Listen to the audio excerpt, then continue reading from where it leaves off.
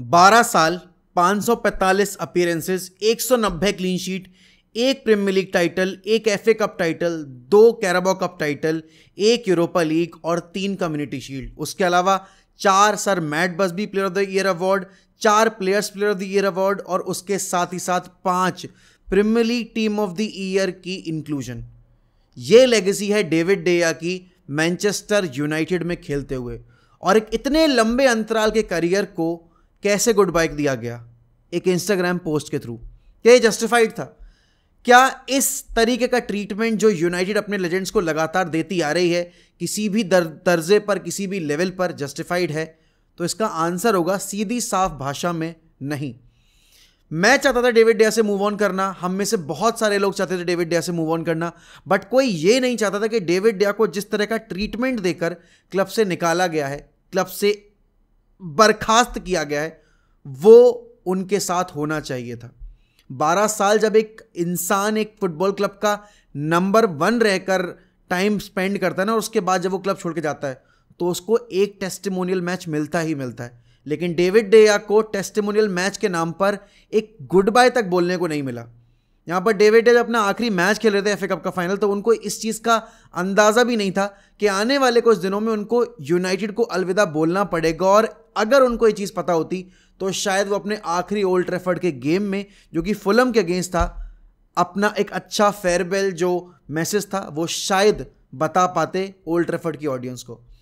देखो, आज के टाइम में फुटबॉल मूव कर रही है, हम बहुत सेलिब्रेट कर रहे हैं आंद्रे ओनाना की मतलब एक वेलकमिंग की हम तैयारी कर रहे हैं, और यहाँ पर हम चाहते हैं कि भाई नया कीपर जो भी आए वो यूनाइटेड की फुटबॉल को एलिवेट कर दे। लेकिन इसका किसी भी तौर पर यह मतलब नहीं है कि डेविड डेया जैसे ग्रेट्स को आप इस तरह का ट्रीटमेंट देकर क्लब से निकालोगे। आपने पहले एक कॉन्ट्रैक्ट टेबल के ऊपर रखा और उसके बाद आपने उस कॉन्ट्रैक्ट को वापस लेकर एक नया कॉन्ट्रैक्ट डेविड डेया के सामने पेश किया, जिसमें जो वेज स्ट्रक्चर था वो पुराने कॉन्ट्रैक्ट के कंपैरिजन में और ज़्यादा कम कर दिया गया। अब सवाल ये खड़ा होता है कि क्या एरिक टेन हैग एक झूठे मैनेजर है? क्या एरिक टेन हैग झूठ बोलते हैं पब्लिक में आकर? रोनाल्डो के टाइम पर भी एरिक टेन हैग ने बोला that Ronaldo is in my plans, we want to work with Ronaldo, what Ronaldo will bring to the table, he will bring goals to the table. David De Gea के case में भी ये चीज़ बोली गई कि भाई डेविड डेया हमारा नंबर 1 है, we want David De Gea to stay.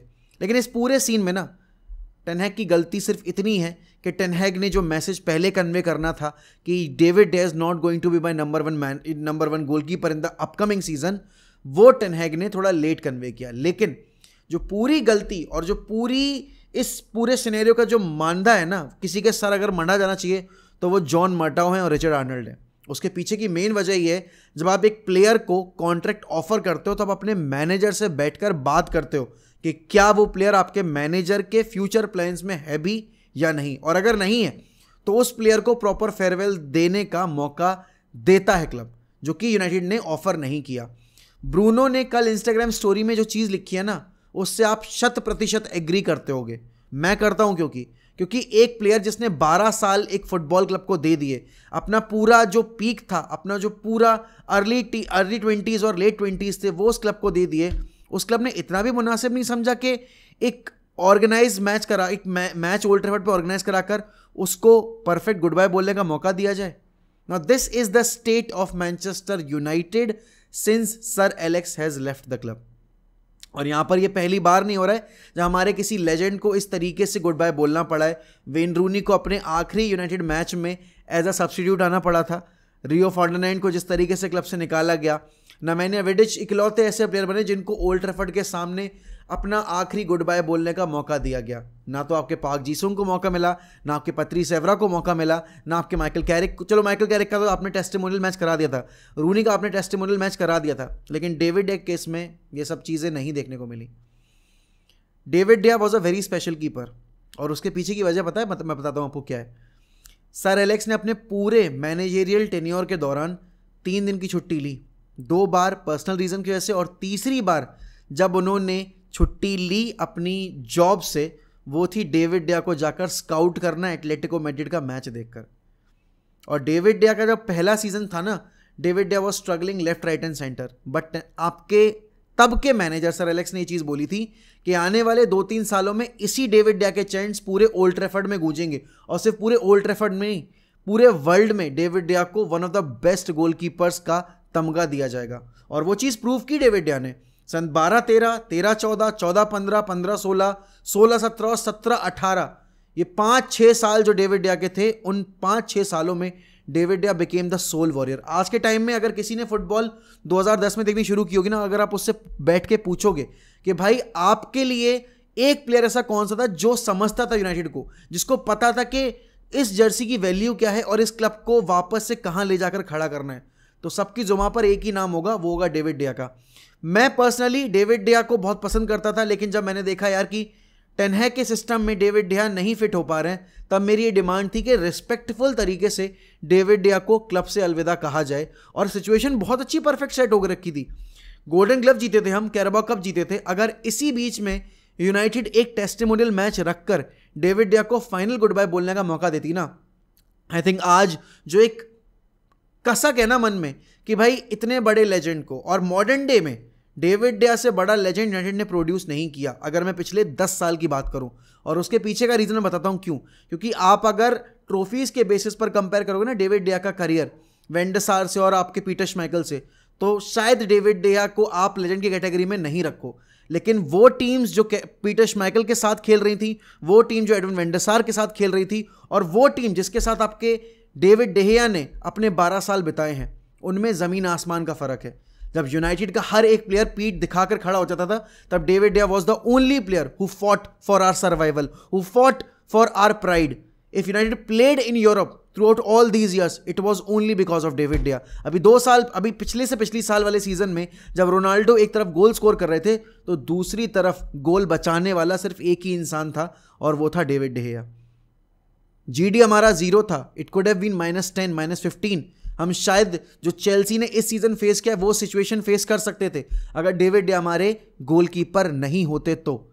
और इस सीजन भी गोल्डन ग्लव जीतने में डेविड डिया ने अपना कंट्रीब्यूशन दिया है।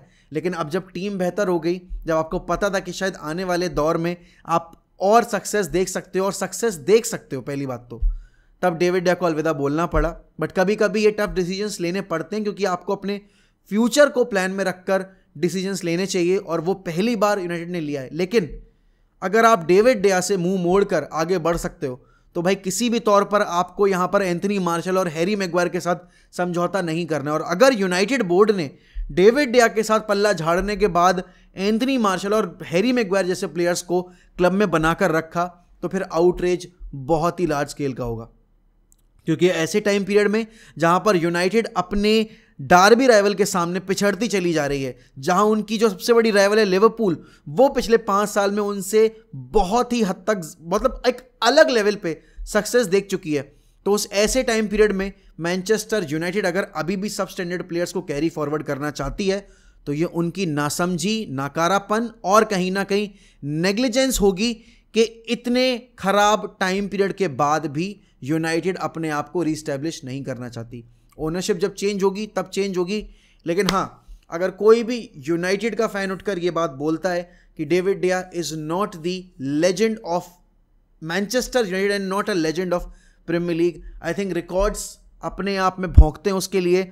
मुझे पता है कि आज के टाइम में जब आपके पास एलिसन, एडरसन जैसे बेहतरीन बॉल प्लेइंग गोलकीपर्स हैं, उस दौर में आप डेविड डिया को उतना प्रेफर नहीं करते। लेकिन आज भी जब शॉट स्टॉपिंग की बात आती है, I can say this with a very confident heart and with so much of love कि David Dea is still one of the best, if not the best shot stoppers in world football. And I'm not talking about Premier League right now. There was a time, for those 5 years, David Dea was arguably the best goalkeeper in the world alongside Manuel Neuer. Or he was the best goalkeeper by far in the Premier League during those 5 years. वो 14-15, 15-16, 16-17, 17-18, वो 4-5 साल जो थे ना David डिया के, that was peak. Performances की आप बात करोगे ना, बहुत सारे लोग बोलेंगे कि आर्सेनल के अगेंस्ट वो 14 सेव किए थे, स्पर्स के अगेंस्ट वाली परफॉर्मेंस। लेकिन एक परफॉर्मेंस जो हमेशा मुझे याद रहेगी, वो फैक्स मशीन सागा। उस फैक्स मशीन सागा ने हमारा जो आने वाला कल था ना, वो थोड़ा सा रेलेवेंट बना दिया। अगर डेविड डिया उस टाइम पर क्लब छोड़ के चले जाते, तो हमें नहीं पता कि हम आज किस पोजीशन में होते, क्योंकि हमारी टीम उस लायक नहीं थी कि वो compete कर पाती बाकी बड़ी टीमों के अगेंस्ट। लेकिन डेविड डिया केप्ट अस रेलेवेंट, और उस फैक्स मशीन सागा के बाद जब डेविड डे अपना अगला मैच खेलने आए थे ना, the rival was Liverpool. We won that game 3-0 and उस पूरे गेम में डेविड डे ने 7 क्लियर कट चांसेस सेव किए थे पॉइंट ब्लैंक रेंज से. एंड उस दिन जो ओल्ड ट्रैफर्ड का माहौल था, आंदर हरेरा ने और यॉन मार्टा ने ये चीज़ बताई है. यॉन मार्टा ने खुद ये चीज़ डेविड डे को बोली कि भाई these guys love you, this old Trafford crowd, this Stratford and adores you. And from that day till the last night, David De Gea was a Mancunian. अभी जब Carabao cup की trophy जीती थी ना हमने, बहुत सारी क्लिप्स वायरल हुई थी. David day sitting with the trophy, kissing the trophy, because it was a very special thing for him. After 6 years, he got to touch a silverware. After 6 years, he felt what it's like to win a trophy for Manchester United. And he was part of that. He was part of that celebration. He was the goalkeeper in that final, right? And he deserves every bit of love and respect that he is getting right now. And to everyone who's disrespecting his legacy, I think you are not understanding the magnitude of his contribution, in United's last 10 years. अगर आपको वो समझ में आ जाएगा तो शायद आप कभी डेविड डेया की लेगेसी पे सवाल खड़े करोगे नहीं. लोग अगर आज आकर पूछेंगे कि what is David De Gea's legacy, his legacy is the last 10 years of United's relevance. That is what David De Gea has done for Manchester United.